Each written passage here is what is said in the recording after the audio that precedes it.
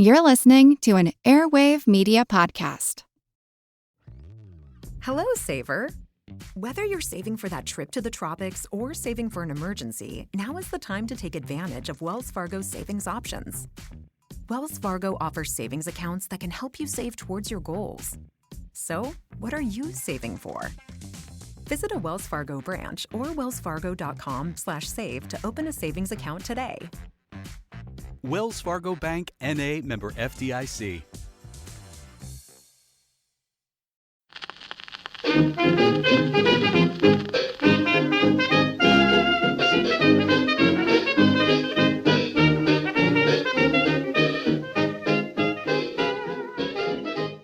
Hi everybody and welcome to Who Did What Now, the history podcast that's not your history class, with me your host, Katie Charlwood, history harlot and reader of books. If you are new here, consider this a warning. On this podcast, my language has been referred to as, colourful, shall we say? And as such, some people don't like that. And if you are one of those people who do not enjoy listening, or, just find it unpleasant to hear swear words, you might want to exit stage left. Now for everybody left, welcome! Welcome one and all. I would like to formally apologise for my voice. I did a talk at the Dunfanaghy Workhouse for Heritage Week at the weekend, and I discussed the history of storytelling, because Ireland is a nation of storytellers. And it ran 20 minutes over because people were asking questions and I cannot give a short answer. So clearly I was too loud and talking too much, and my voice is kind of doing this now. So it feels kind of like vocal fry, but also not. So I kind of have to speak in this little bit of a higher register so that I don't hurt my throat. But it's fine. It's fine. News. Okay, so the Trover Trip Secret History of Scotland tour. So it's currently, the early bird price is $3,247, I think. Math is not my strong point. So that's all from May 8th to 14th this year. So there's all the usual stuff. There's accommodation covered, 4 cities, 6 breakfasts, 2 dinners, and 14 activities. And that's all covered by Trover Trip.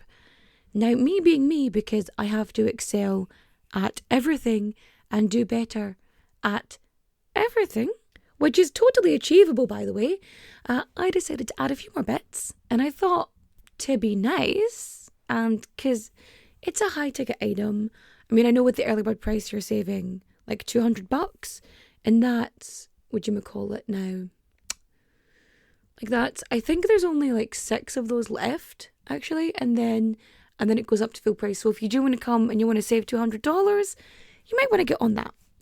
But I've got a fellow historian like coming to visit us in Edinburgh and tell us some spooky stories.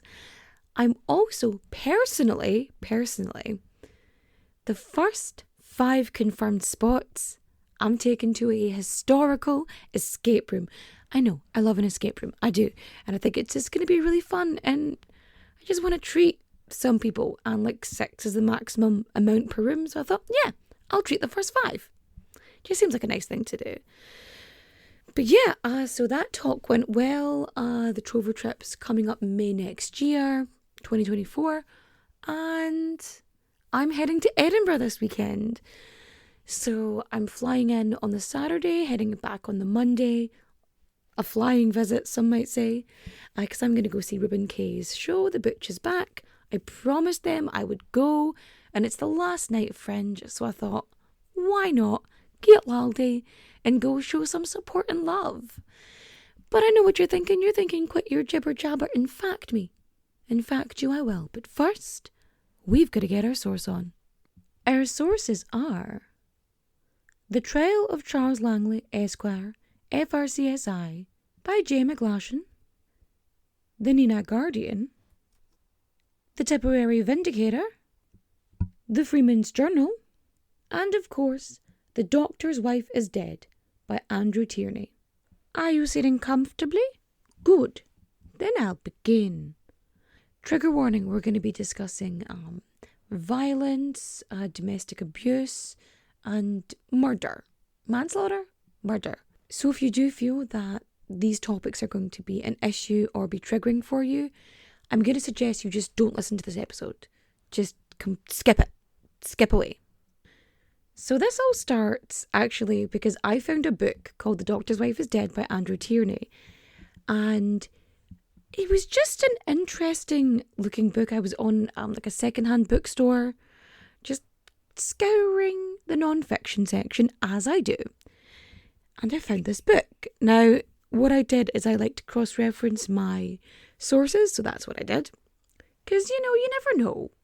You never know when something's going to be a bit exaggerated here and there. And so I came across this book, read it, and first of all, was mad that it wasn't an audiobook because this is such a good story. You could play this as a courtroom drama. Like, you could make this as a courtroom drama on TV. Like, still set it back in the 1800s. But this is where the TV license money should be going. RTE, make this.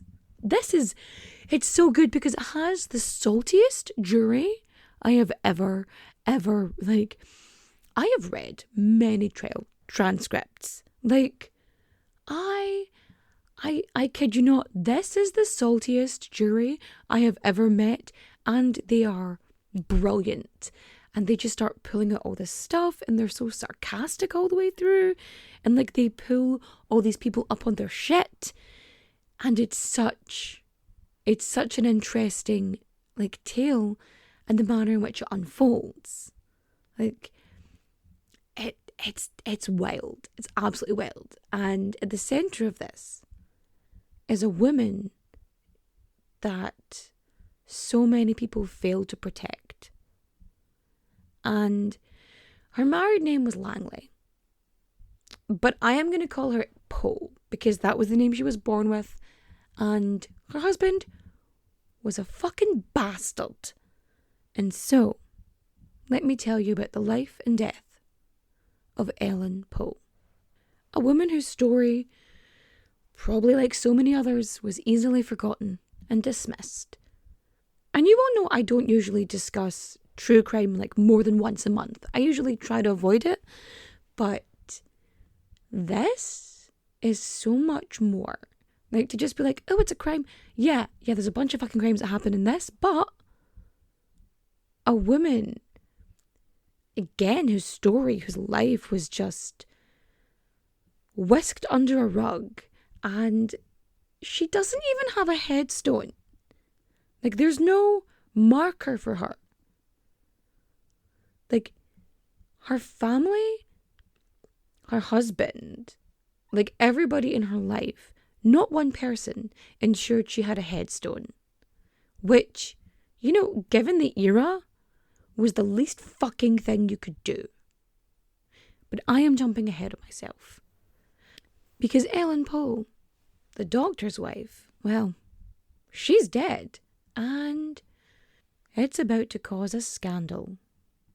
Eleanor Poe, or Ellen as she would be known, was born in 1791 in Donnybrook. Now, do we have a day or month? No, we have a year. She was born in 1791. Anything else? Not really sure, but 1791. That's something. I mean, we know roughly when she was born. I guess that's good enough. Jesus. Because of course, why would we know the birthday of a woman? Even a woman from a respectable family, which the Poes were. So Ellen was the 8th of 9 children, the penultimate child, second last. Her older siblings were, in chronological order, George, William, Francis, Martha, Anne, Marjorie, Thomas, and Mary Ann. Ellen was the child of William Parsons Poe and Frances Harden. And I know this is going to shock you all, gentle listener, but tragedy befell poor Ellen's childhood. So when she was only 4 years old, her mother Frances dies. She passes away, 1795.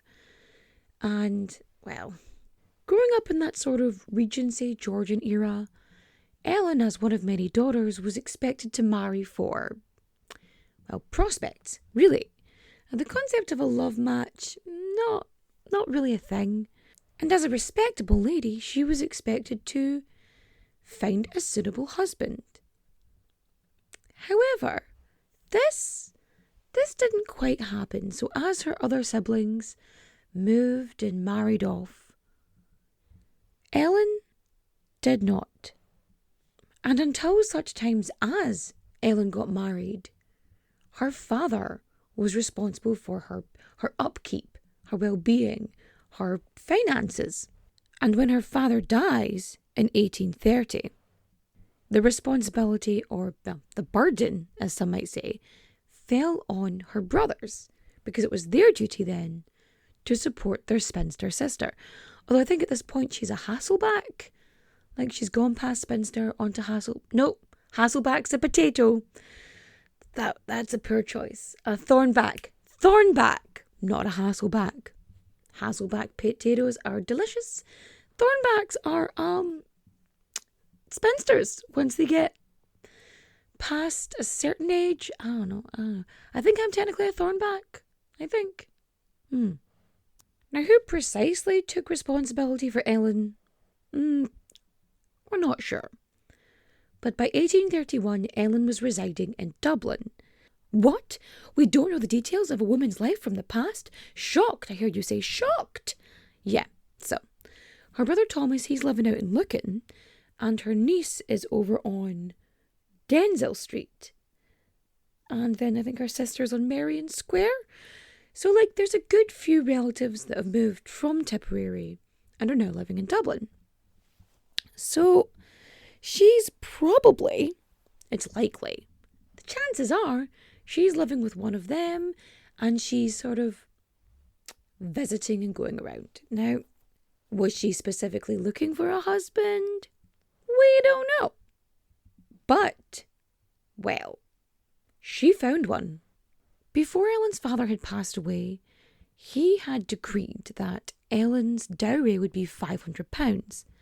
So, whether he was alive or not alive, if she ever got married, her husband would receive £500, which, by the way, was a fuck ton of money back then.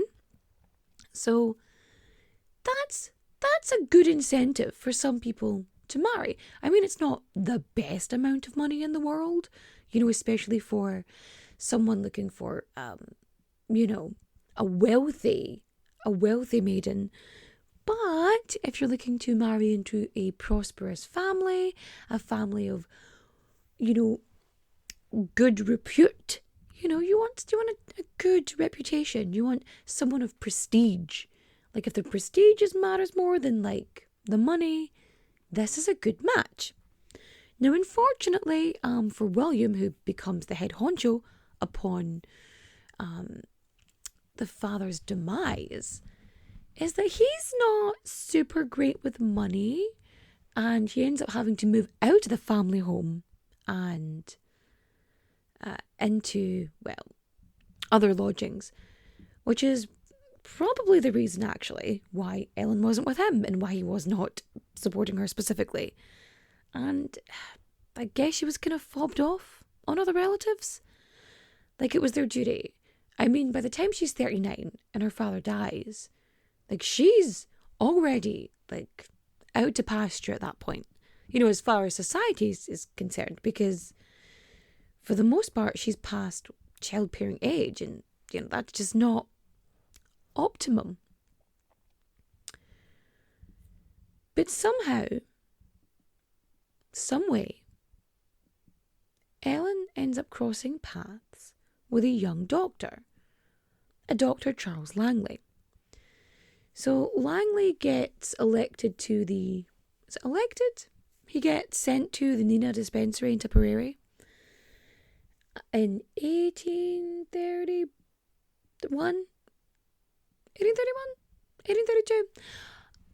Fun fact, I'm not good with dates, and you're thinking, geez, Katie, a historian who's not good with dates feels a bit ironic. You're not wrong. So, she meets this young, charismatic, handsome doctor, and Nina. And see, in Nina in Tipperary, her brother-in-law is the Reverend Poe, who is also her cousin. Her sister married her cousin. And I know what you're thinking. Ew. I know. Incest? Still wrong. Still weird. Still disgusting. But for some strange reason, they were into it back then. They didn't have an understanding of the biological, issues that would occur from, turning your family tree into a wreath.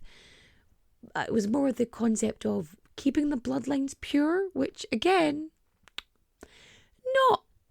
not a thing, not a real thing, not good. You need diversity for, a decent standard of living. But yeah, so the Reverend Poe is married to her older sister, Frances. And somehow, after coming into contact with Dr. Charles Langley, who is much younger than she is, within 8 months of him having this position in the dispensary, they're married. Now, courtships were generally short back then anyway. It would be 8 weeks, a couple months, depending on how long they were hashing things out. Now, for Charles, he is... in this marriage, it is, it's weird. It's peculiar. It's odd because Ellen is 40. She's 15 years older than Charles, Dr. Langley. He's 25 and he's marrying this woman who's much older than he is. It's suspicious. I mean, she's from a prominent family. He's getting a wee bit of income from it, which, maybe he thought he would get more. Maybe he thought he would gain respectability. So, as a doctor in the area, Charles was, Dr. Langley, he was working in the dispensary and he would do thousands of visits. He would do house calls, right? Now, let me tell you about Dr. Langley and how fucking unscrupulous this man was, right? He was a dick, to be clear. So not only was he being a doctor, doing his doctory stuff, but he felt like that was just a lot of hard work. He often complained about his job and having to go here and there and, treat the sick, treat the poor. He didn't like having to do that bit. So what he did is he decided to supplement his income by becoming a moneylender. And he does this for so long that he spends less time treating patients and more time, collecting money. To the point where he gets people arrested for not paying him the 2 shillings that they owed him for whatever. Gets them sent in jail and makes them pay 10 shillings to get out of it. It's a whole thing. He even, this is shows you just how shady this motherfucker is a couple comes to him looking to procure special medicine to induce an abortion. And he says, okay, yeah, you're going to have to pay me double that. So they come back with double the money. He takes the money from them and then gets the couple arrested. And he would do this with certain stuff as well. He would promise such and make people pay over the odds for medical treatment. And this is a guy who ended up serving during a cholera epidemic, right? There was a couple of them actually. And over the years, as Tipperary was very, very dangerous actually. It was a hotbed of activity because when Angorta Moor happens, the Irish Famine, the Blight, it forces a lot of people who were living out in rural communities into the more populated cities. And this is what caused a greater spread of these diseases. So cholera, dysentery, typhoid, tuberculosis, Like, these become rampant because you've got all these people living in less than hygienic, cramped conditions. Like, at one point it gets so bad that the workhouse, which is where people go when they have no other fucking choice, when they are skin and bone, people were leaving the workhouse because they were too worried about catching diseases. So now some of you don't know what the potato famine is, and I should probably explain that a wee bit.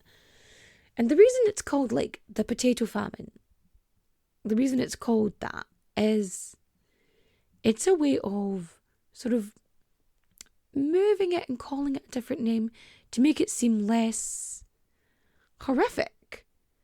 So in Ireland it's called Ingortamore. Well, there was two. There was Ingortabug and Ingortamore. So there's the big hunger and the small hunger. Ingortamore is the big hunger. And that's because the entire nation was starving.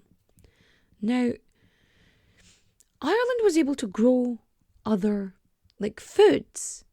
But Ireland was under British rule at the time. And there were these, like, trade laws which effectively forced Ireland to export all of its decent grain, all of its decent vegetables, all of its decent foodstuffs. So that all gets exported so that Britain can use it or trade it or whatever. Because the blight that was affecting potatoes, it wasn't just happening in Ireland.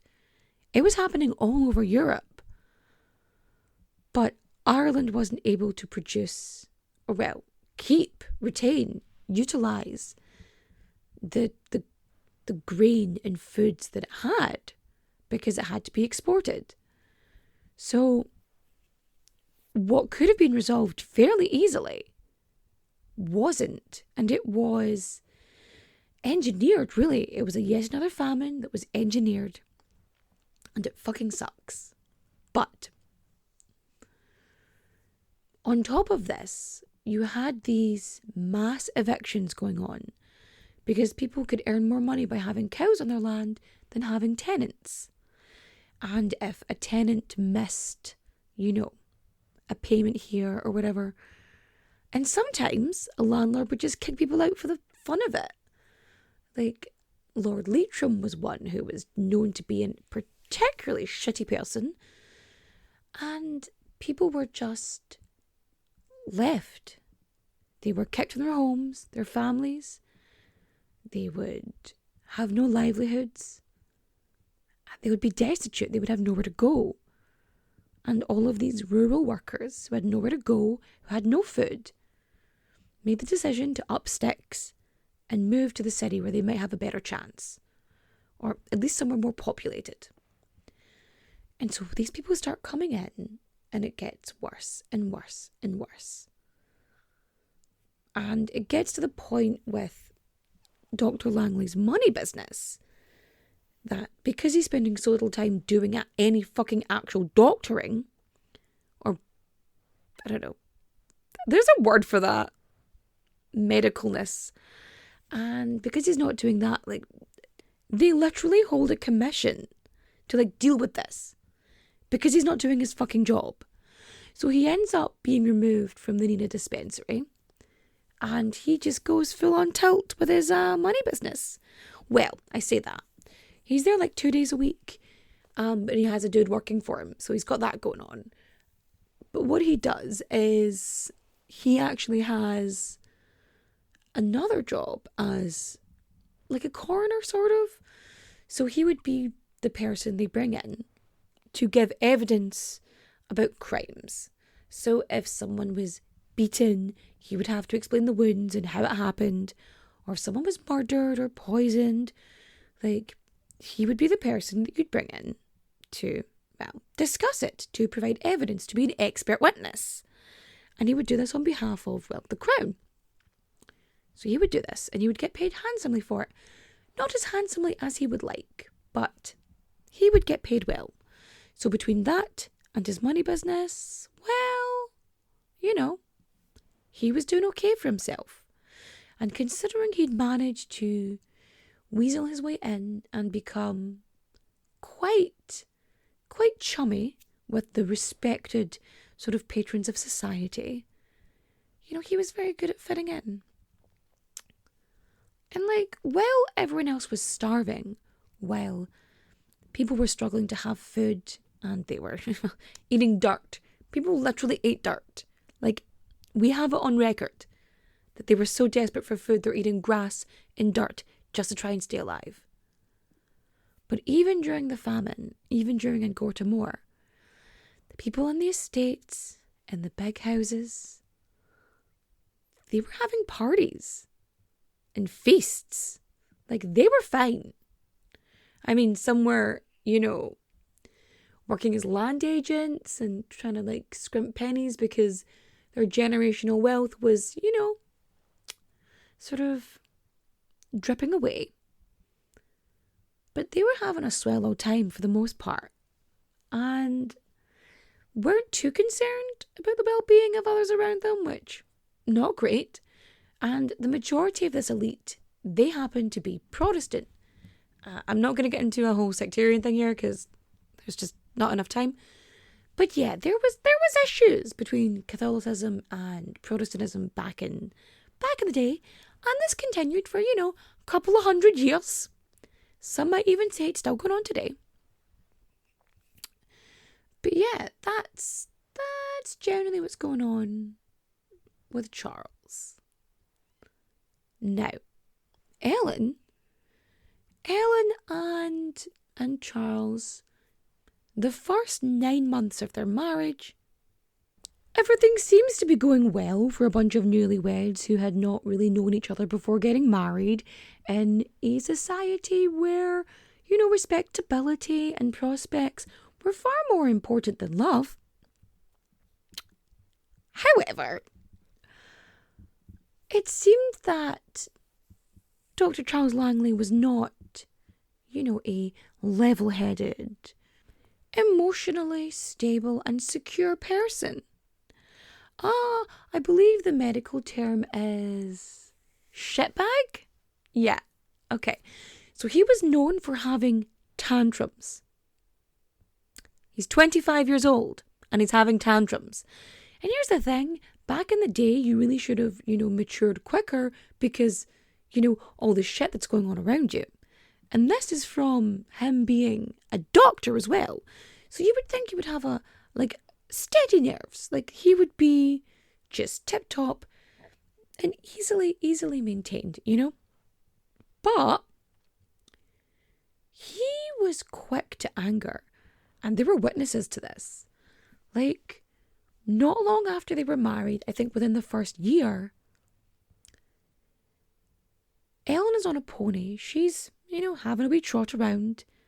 And for whatever reason, he physically pulls her from the pony by her hair and starts beating her. Like, in front of the servants. And like, she's 40, 41 at this point. And this young, strong man is beating the absolute shit out of her. Oh my God.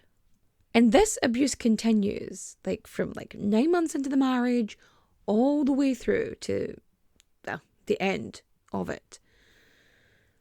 But he is physically beating her, and he does come to say later on that it's because she slept with 2 men before they got married. Like, in her 40 years on the earth, she had relations with men. Even though he had had sexual relations with women. Double standard. Because she had sex with someone, clearly she was awful and the worst. I mean, she was 40. But here's the thing as well. Ellen never confirms this. Like, he tries to say that she signed a letter stating this, but there's no evidence of that. The letter doesn't exist. We've had no evidence of it. We have his word on it, but nothing else. And the 2 men that he says, they're men that would have been in her family's life, and it's quite possible that this could have happened. It's possible that she had relations with them. It's possible that she was assaulted. Like, there's no way to say what happened or what didn't happen. But either way, pulling someone off a horse and beating them, definitely not the answer. Like, that's not a solution to whatever your perceived problem is. And the mistreatment of Ellen, it continues over the years. Like, he resents being married to her, and he makes sure that she knows it. So over the next 17 years, he makes things difficult for her.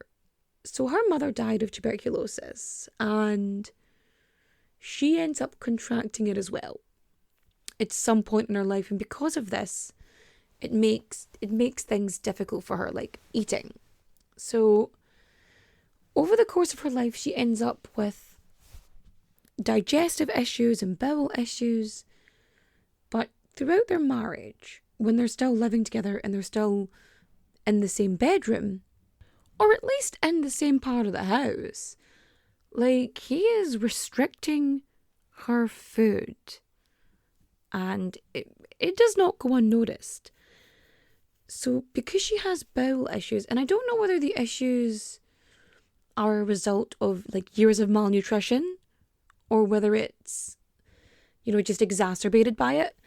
So for the next, 16 years, 15, 16 years, he is restricting her food, he is beating her.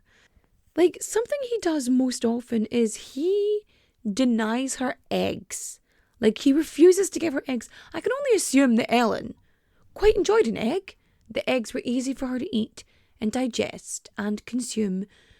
But he would consistently deny her eggs and would ban staff from giving her eggs.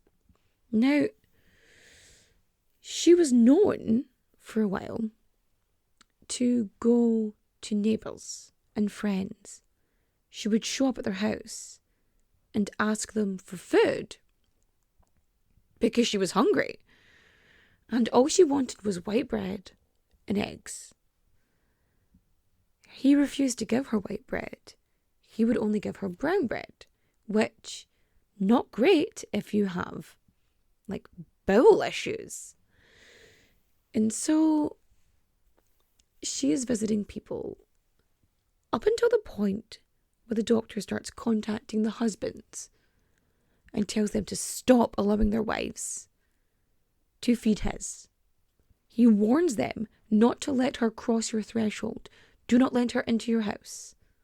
And so unless the husband happened to not be home and it was safe, they would turn her away.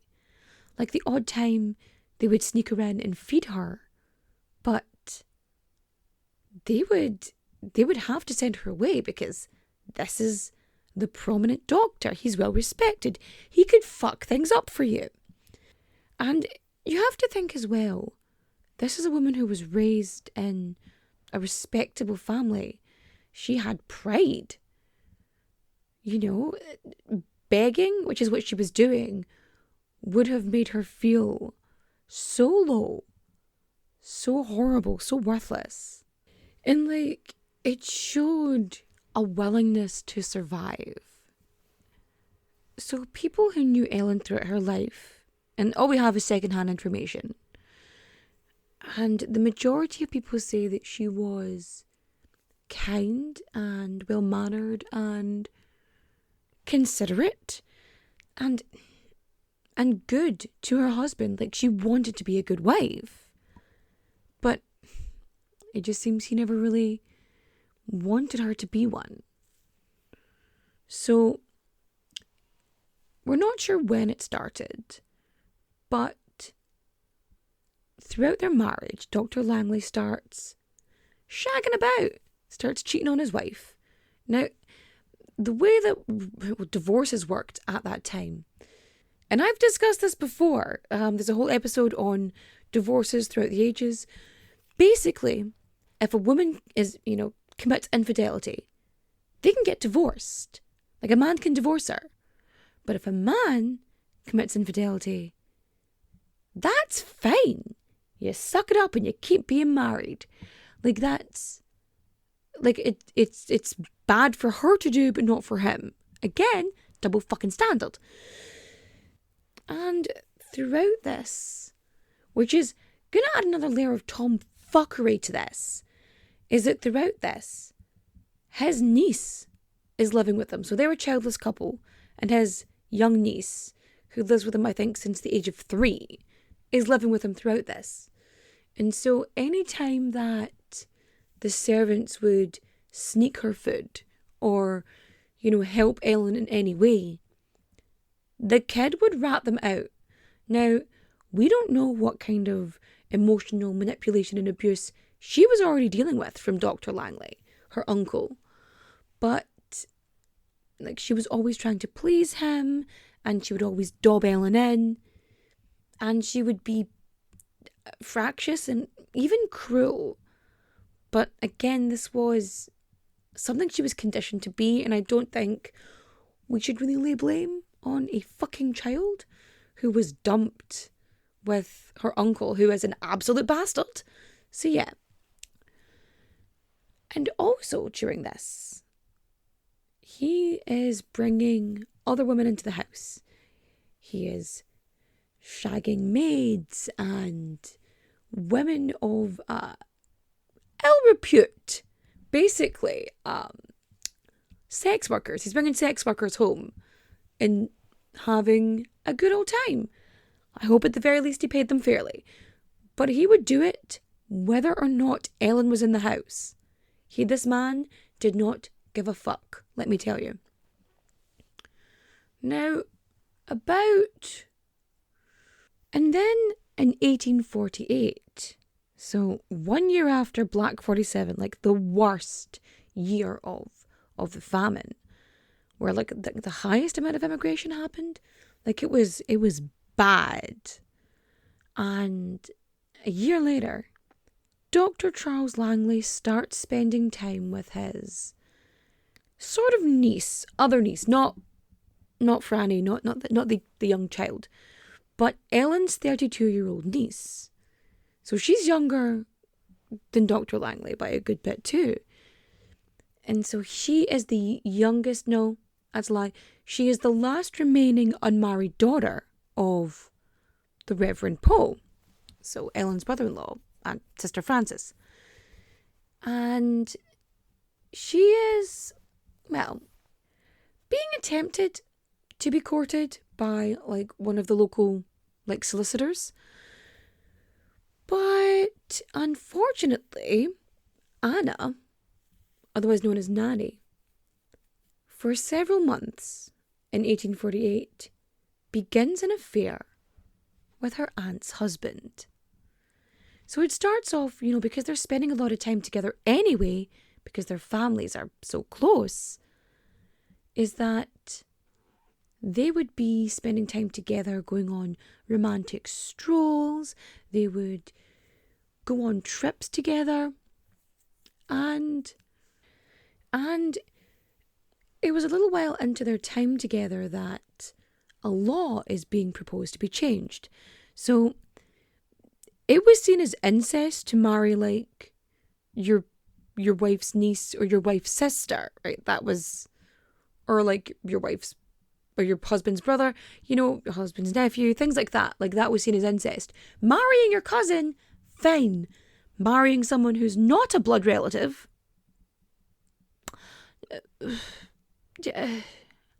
whatever. So there's talk of this being repealed, right? And so somehow Ellen finds out about this relationship, and as such she goes to one of the more prominent places in town, and she tells the family of the situation, and she goes to her brother-in-law and her sister and tells them of the situation. Being a part of a royal family might seem enticing, but more often than not, it comes at the expense of everything else, like your freedom, your privacy, and sometimes even your head. Wondery's new podcast, Even the Royals, pulls back the curtain on royal families, past and present, from all over the world, to show you the darker side of what it means to be royalty.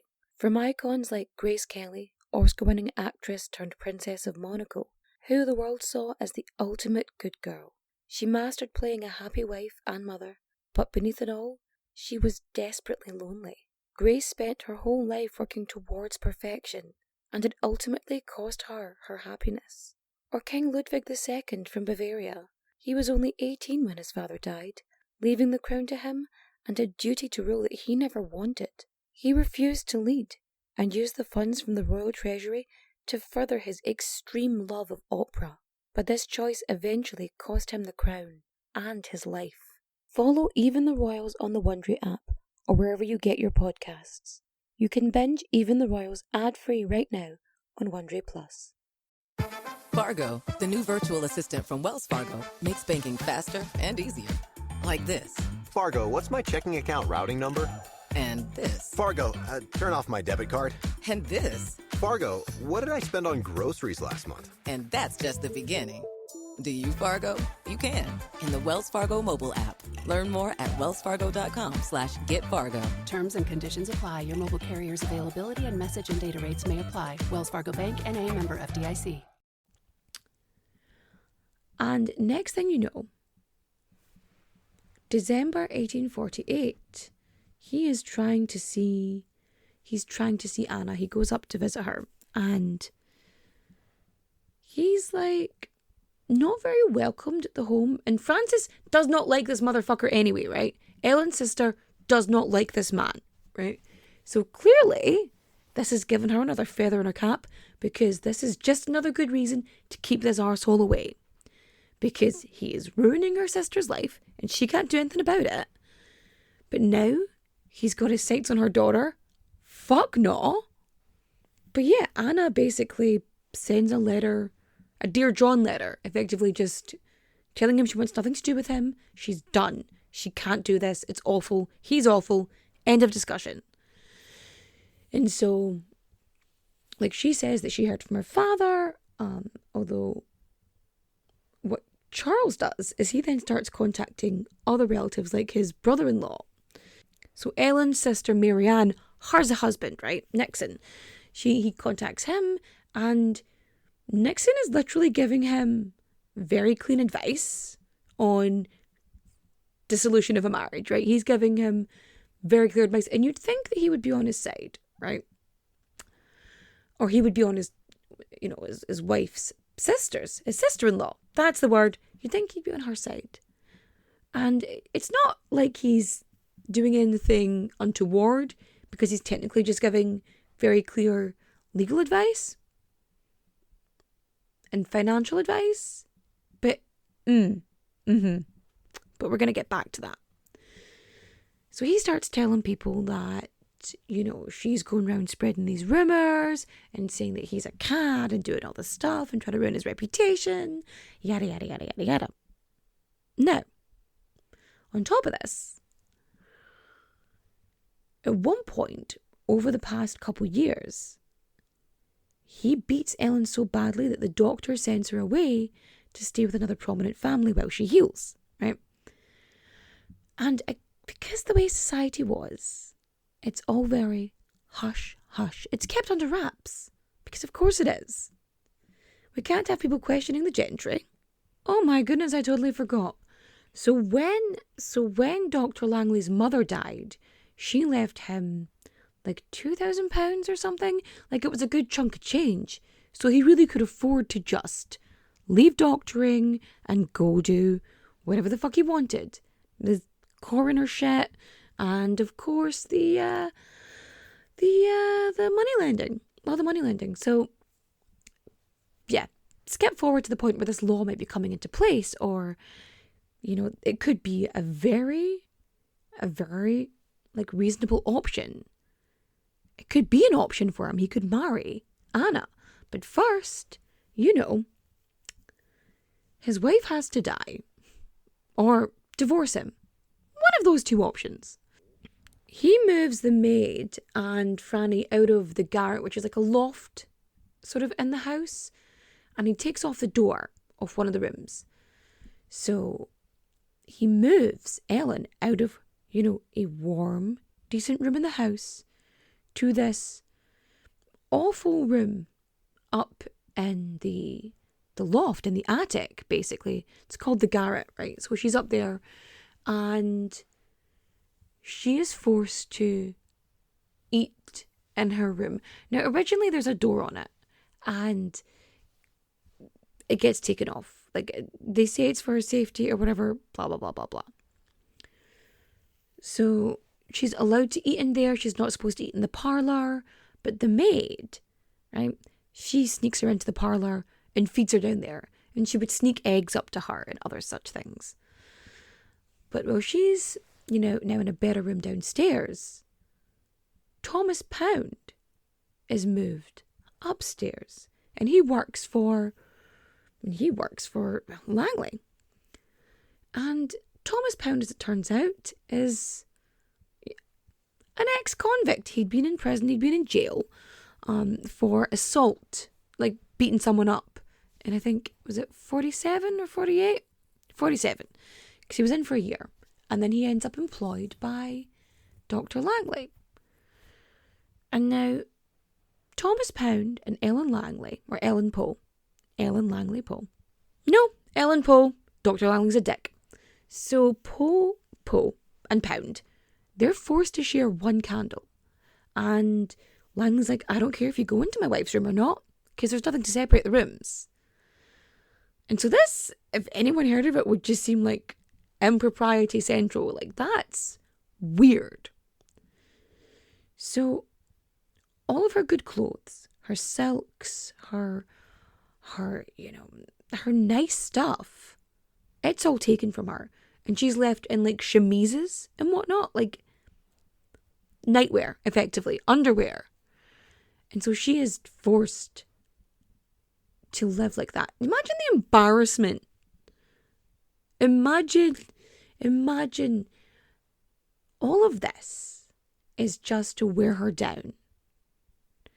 And Thomas Pound is bringing her eggs too, and he's sneaking food up to her. And sometimes, because she's so cold, because she's frail, she's weak, she's ill, and the doctor only allows her to have one sheet on her bed. Nothing else. Nothing warmer, nothing more appropriate. Like, the maid would like sneak up heat jars, right, into the bed to try and warm it up. But once she was caught, they would be removed. But she would keep trying it, right? And it got to the point where Franny, the niece, the young niece, his niece, the one he's not stupid, she reports this to her uncle, and he makes sure that this doesn't happen anymore. So Thomas Pound would go in and he'd rub her feet, and he'd cuddle her and he'd keep her warm. And then something happens. Now, we don't know what it is. But, Thomas Pound was known for having a way with the ladies. And he says something happened. Ellen says, something might have happened. We don't know if it was sexual intercourse. There's a possibility she was drugged. So, that's a whole thing. But the doctor, he fires Thomas Pound.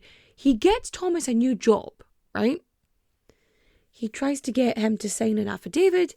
He isn't signing anything. But he sends him away. He buys him a new suit and gets him a job somewhere else. Now, if someone had done something that was, nefarious, one might assume that you'd be annoyed and you would not buy them gifts and provide them with employment. So over the period of time that Thomas was working there, the doctor had suggested even, that he could do what he wanted with his wife. You heard me. So the wife says they were intimate, but doesn't explain how much. It could have just been a kiss. It could have been nothing. But the doctor is incensed, and he calls in another doctor to check on her. So over this time, several doctors actually come in anyway.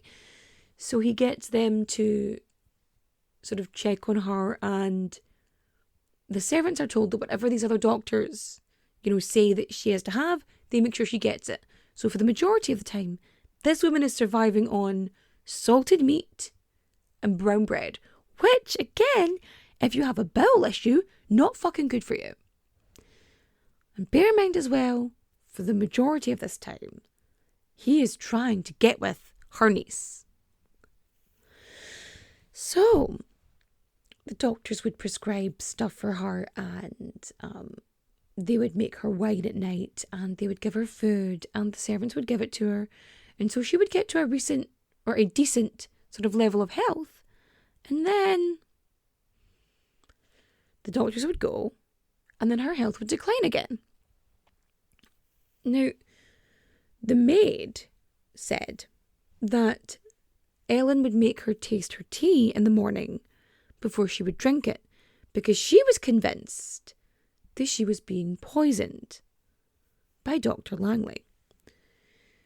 So Dr. Langley made a point of never making food or drinks for her, except for that one cup of tea in the morning. He made sure that everybody saw that he was not making her anything or touching anything with his own hands. Almost as if he's trying to create sort of some plausible deniability there. At one point he talks about how a woman had thrown herself out the window, or fallen out the window suspiciously, and broken the back of her head open when she fell to the ground.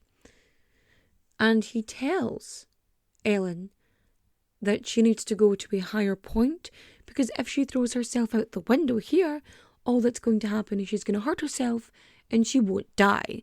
So she better make sure she goes somewhere high enough before she jumps, right?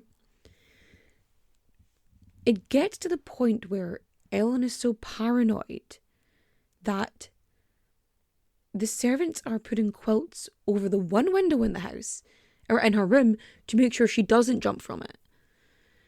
And at night, the doctor is bolting himself into his room to kind of go, oh, well, yep.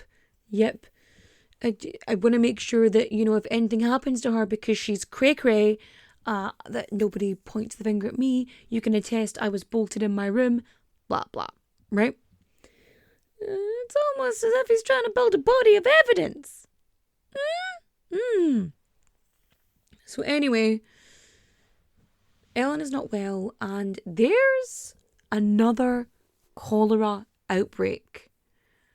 And so out goes Dr. Langley, and he goes to one of his workers, his fellow who works in the finance business, his loan shark.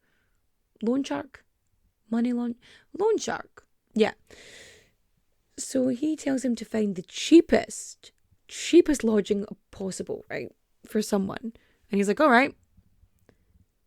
And it's only that night that he realises that it's for Ellen Poe. And he says, if I'd known it was for her, I would not have put her here. This place is dodgy. It is the cheapest place. It was like $1 to stay. And it was damp and cramped, and there was no real air. It was an awful, awful place. And the maid has to help her move, because the doctor just kicks her out the house. And he sends her, his ill wife, to this place, this lodging. And her health just gets worse and worse. And the other doctors, they visit her, and they comment that, she's given an abundance of food because he sends money for food. Well, he says he sends money for food. He says that he sends money for her lodgings. And then food is provided for her. But the food is brought by other people. He doesn't touch the food, right? And it's brown bread and salted beef. This is a woman who's having bowel issues, consistent problems in her gut, and he is forcing her to consume food that's difficult for her to eat, that's going to cause her problems, that's going to exacerbate her condition. Like, he's doing this deliberately. He's a doctor. He fucking knows. And oh my God, I almost forgot. While Ellen was living in the house, the only companion she had for a long time was her dog. A dog that Dr. Charles Langley poisons. Fun fact. So yeah, she's lost her dog, she's lost her home, and she's put out into this thing, and she's staying there, her health worsens, and she is convinced that she's being poisoned. And she is there for weeks and weeks. And the doctor offers her £30 a year in a divorce. And she contacts her family. And her family go, no, you need double that. And so she says, no, I need double this if you want to divorce me. But in order for her to retain any assets, her lawyer suggests that she return to the home because she left when he told her to. Whereas, unless she is physically removed from the home, she can't fight him. And so Ellen goes, fuck this for a game of soldiers. Even though she's ill, even though she's in pain, even though she's struggling, mentally, physically, even though going back into a place that caused her so much terror, she does the bravest thing possible and heads back into that house of horrors. So when she gets there, it's just the new maid that's there. The old maid had since resigned because after Ellen went, she was like, nope. She did try in this wee place that Ellen was staying in. She was trying to secure her an extra blanket or an extra anything. And the dude straight up refused. He refused to send anything that would be of benefit to her, right? And when Ellen returns to the house, Dr. Langley isn't there because he's gone to collect his sister. So he collects his sister from her home, and he has, at this point, written yet another letter to Annie, trying to get her to reconcile. And he brings his sister back with him, back home, to run his household for a little while because he is, without a wife.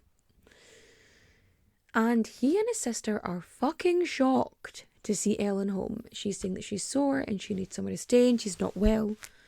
And Dr. Charles Langley ends up writing a letter to Nixon, the brother-in-law, Mary Ann's husband, basically saying, fuck this, nope. Oh, she thinks she can play me? I know what you're up to. I know what they're up to, sorry. And he removes his offer of £30 a year to 21. He just keeps reducing it because he's a cunt, right? And he ends up sending her up to the garret, back into that room again, and she's there for a week, just about. And over the next few days, the doctors visit and she is not well. Things are going bad. And it gets to the point that I think it's a week or 2 weeks after her returning home, Ellen passes away on the 1st of May, 1849. And it's after this that a letter arrives at the sub-inspector's office. So the way the police, there wasn't a regimented police force. There was sort of these sub-inspectors who were there on behalf of the Crown. And a lot of inquests and stuff they were run by, committees, people were elected and stuff like that. But this letter comes in stating that, people are going to be suspicious, so I'm going to need you to just have an inquest into my wife's death. And this letter arrives, but as it turns out, it was written 3 days before the untimely demise of Ellen Poe. Why would someone write a thing about an inquest a few days before his wife dies? About his wife dying? I'm not saying it's suspicious, but But also, James Jocelyn Poe, the son of the Reverend Poe, and the nephew of Ellen, physically goes to the sub-inspector and requests an inquest because he is convinced his aunt had been poisoned. And so on the 1st of May 1849, just 5.5 hours after Ellen has passed away, the coroner, the police sub-inspector, and a group of, well, tradesmen, merchants, salesmen, they all show up at Dr. Langley's house on Barrack Street to start an inquest.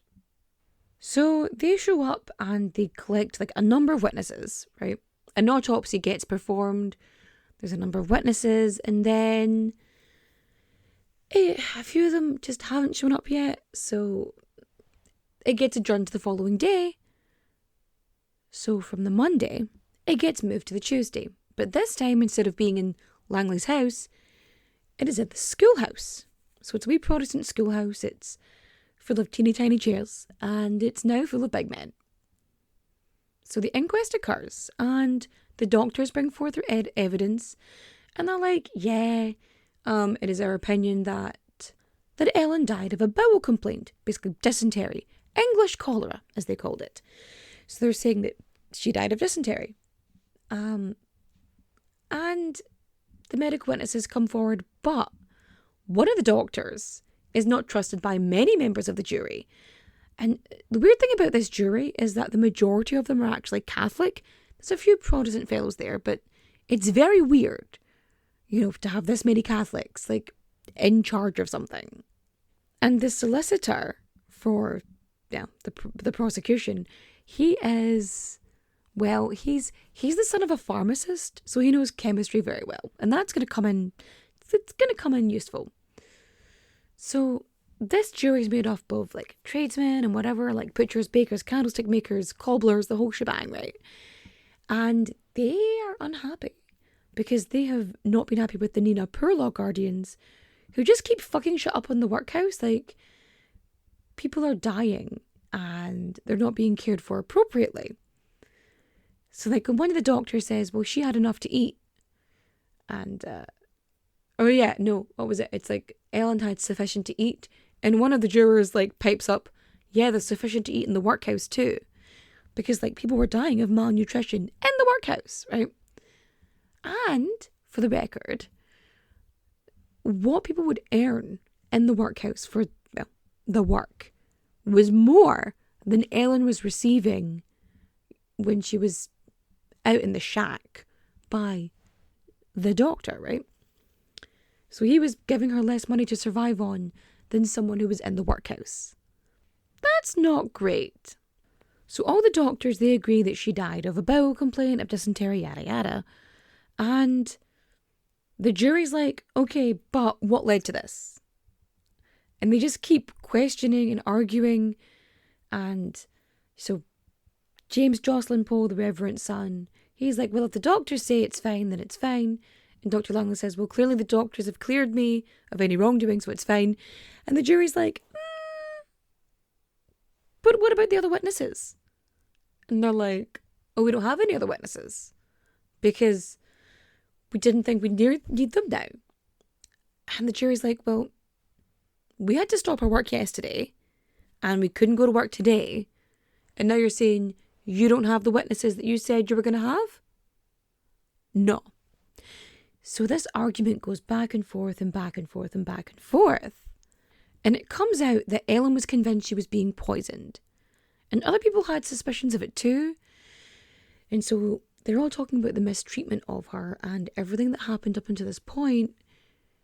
And these local men, because they're all men, right? They're looking for justice for this woman. But also because of Anna's relationship with Charles. That's James Jocelyn's sister. And because of, well, the possibility of the rumour that Ellen had gone and been shagging about and was of ill repute, they didn't want this getting out. They didn't want the townfolk hearing. Like, these were all respectable, like, men who held decent positions, who had decent earnings. They didn't want shit being messed around. They didn't want scandal, right?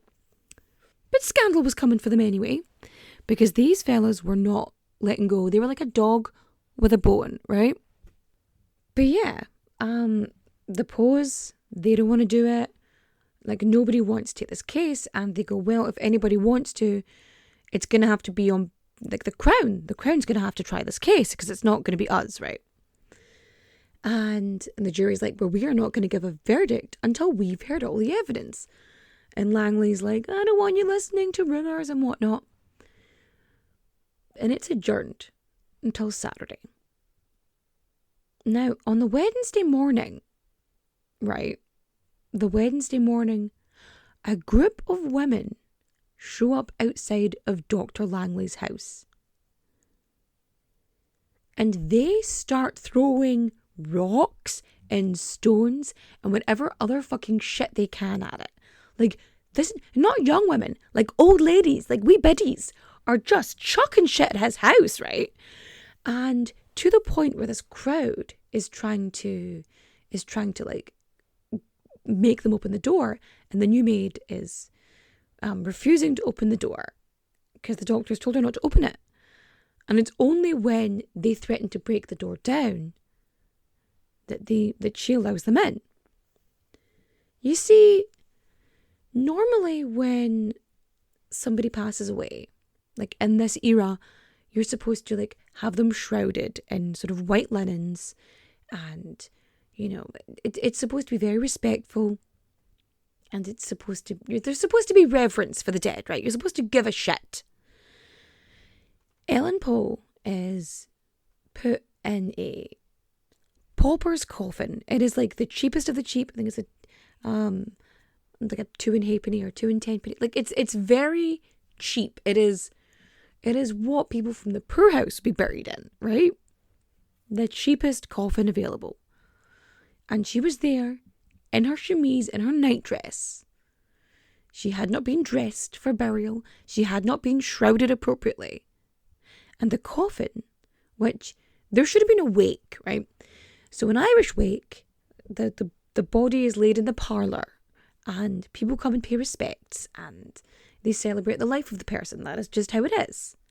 But instead, Dr. Langley had her put outside in the garden and a carriage hood thrown over her. And Ellen, when she is buried, when she is taken from the house that day, and she's buried in the very graveyard of the church where her brother-in-law would do his sermons, where she would sit every single week and listen to his sermons. And they didn't mark her grave. They didn't put up a headstone. They did nothing for this woman. They just acted like she wasn't there. As if she was the one who brought shame. As if she was the issue. When a man deliberately and actively destroyed her life to the point where it ended. But yes, this trial reconvenes for Saturday. And on Saturday, when, you know, the trial is back on and the Crown has the jury, the witnesses are coming, and the solicitor, the one who was the chemist's son, he is no longer being retained by Reverend Poe and James Jocelyn Poe, but instead closer relatives. We're never told who these closer relatives are, but they've got to be her sisters, right? So, as it turns out, the day after the inquest, Nixon, Mary Ann's husband, he dies, and a letter arrives for him. A letter written by Charles Langley. And so Mary Ann has the evidence she needs to show what he was planning. That he was trying to do her out. Where he was just, like, he's so vicious in this letter. I'm not going to repeat it because it's so fucking awful. And she just sends that in. And this is added to the evidence. And over this time, evidence come, they hear from the servants, they hear from the doctors, they hear from everybody. And this solicitor, he questions the doctors. And he asks them, well, if someone were to use prussic acid, like the doctor was known to, which is cyanide. It's cyanide, right? And he says, would it not be difficult to, ascertain if someone had been poisoned with this? Because, and they're like, well, you can test it. We can still send a sample off and test it. And he's like, yeah, but you can't though, because it's gone. Like any manner in which to test it, you would have to do straight away. And one of the other doctors actually steps up and goes, well, yeah, actually, now that you mention it, her autopsy was 8 hours after she died. Ergo, even if we could have tested for it, like there's no way we could have, because it was too long after the fact. Like, wouldn't have been able to do it, right? And all this goes back and forth. And one person, as it turns out, is missing from the little schoolhouse courtroom. Dr. Charles Langley. They ask where he is. His solicitor says he's at home. His lawyer's like, no, he's at home, he's definitely at home. Spoiler alert, he's not. He has disappeared, right? So the jury, they're talking, they're like, this is fucking suspicious. And so they charge Dr. Langley with manslaughter. And at this point, Langley's on the run, right? So he's on the run, and he is eventually caught a few weeks later in Dublin. And after this, he ends up, he pays his bail, right? He goes into jail, Newgate, I think, and then ends up, is it Newgate? He ends up in some jail anyway, pays his bail, and then goes to Nina and surrenders himself, right? And he's in trial, he's waiting for the assizes, right? And the day before he's due to go into the assizes and be tried, along with like a bunch of other people for a bunch of other stuff, because like the charge is changed from manslaughter to murder, because manslaughter shows a disregard for life, right? And murder shows intent. Okay. And so he goes before the court, and it's basically, his lawyer goes, yeah, no, we're not prepared for this because it was changed so quickly. We're going to have to like delay. And so he ends up being in jail for another year while they, get everything together and need to do a new trial, because everything was changed last minute. Because, now the death penalty is, very much on the cards. It's a possibility for him. And they're trying to like figure this out. And he decides that he's going to show the world that he's really innocent, right? And he copies, or at least he tries to copy, the Count of Monte Cristo, right? So he decides to go on hunger strike. And he's like, I'm striking for 40 days and 40 nights. I'm 40 days striking. Because I am innocent, like Edmond Dante in, Count of Monte Cristo. Which he read like 6 months before going to jail. And it's so ridiculous. And so he goes on that. But he gets an interview with this reporter, and this reporter just basically says, yeah, he was mad at the jailers and didn't like it, so he went on a fast for 38 days. So not only, like this, I love that it completely undermines Langley, because not only does it sort of wash away the whole demise situation, and it also like reduces the Christian symbolism by it, because like 40 days, it's like Jesus. 38 days is not quite Jesus, Yeah. So yeah, not there yet. And it gets to that point, right? The Langley is just mad about it. It's so petty. He's like, ruin my stuff. But he ends up eventually going to court, and while he's there, all this stuff comes back up. They go through it all again. But then a letter appears, which is the long, rambling letter from like the 28th of December, 1848, that he wrote to Anne about how much he loved her and wanted to be with her and all that jazz. Because she cannot in good conscience allow this to go ahead. Because she needs everyone to know that her aunt deserves some kind of justice, right? She has, got a case of the conscience. And so this goes before this court and this jury, who, as opposed to like the local jury, who are mainly Catholic, this is, the Protestant elite, and they look over the evidence and they decide that he is not guilty of murder. I mean, they didn't try him for manslaughter, which I think they very well could have done, but they decided, nope, not guilty. And that very night, Dr. Langley goes with his friends, gets absolutely sloshed, has a massive party, and then disappears. But not like taken care of or anything. He just jumps ship and moves to Liverpool. But who does he move with? Annie Poe, Nanny, his 30-something-year-old niece-ish. They move to Liverpool. They get married. They don't mention their fact that they're like ish related, because the niece sister-in-law thing doesn't go through. So clearly, in order for them to marry, they have to sort of just not mention it, just omit that piece of evidence, So clearly her conscience eased a wee bit since, the man who destroyed her aunt's life. And like, why would you marry someone who did such horrible things? Like, would you not think maybe he might do that to you? Oh, well, I mean, that's what the manipulators do, isn't it? Well, I'd never do that to you. You matter to me. You're important. And, yeah. So that's... They get married. They have kids. And, yeah, well, neither one of them could stay in Nina and Tipperary anymore because there was just too much scandal. And, like, I wouldn't have even have mentioned, like, what happened after, the not guilty thing. I would have just, like, done a passing word about the trial. But I am so enraged for Ellen. Like, betrayed by her fucking family at this point because of this.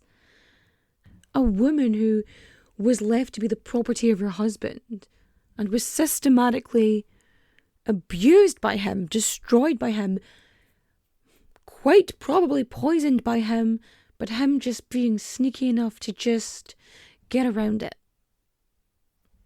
And fucking Ellen deserves justice. And it pisses me off that he got to go and live the life he wanted. Well, she is fucking food for worms.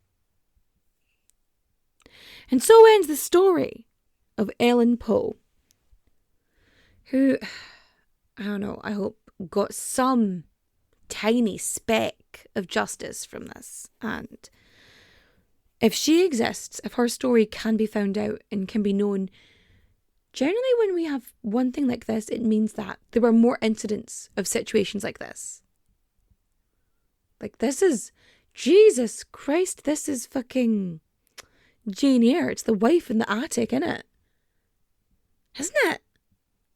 Like, that's also maybe a racist thing if you read the book, just a thing. But yeah, if you liked my retelling of this story, of this tale, this horrible tale, please rate and review 5 stars. Again, I'm sorry for my voice. You can follow me on Instagram, Twitter, TikTok. Is it Twitter? X, I guess. I'm not on Threads yet, but once Threads becomes like a website, I should be able to go on it. But while it's an app, I don't have access because Irish law. You can always support the podcast by like sharing especially, writing reviews, all that kind of stuff. And like there's also financial support if you want to like donate to the tip jar. That's always helpful.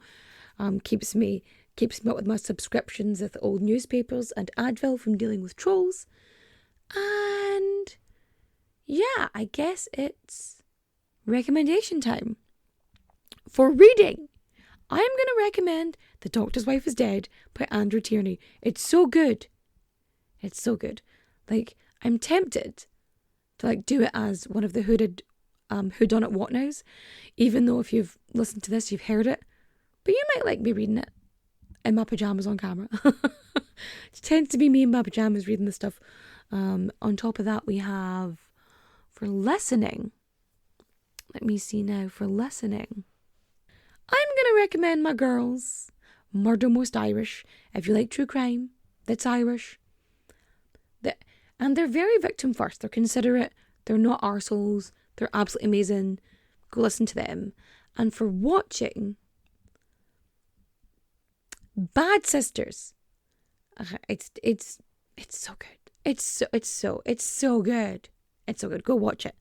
And yeah, that is everything for today. I hope you have an amazing evening, or morning, or just day.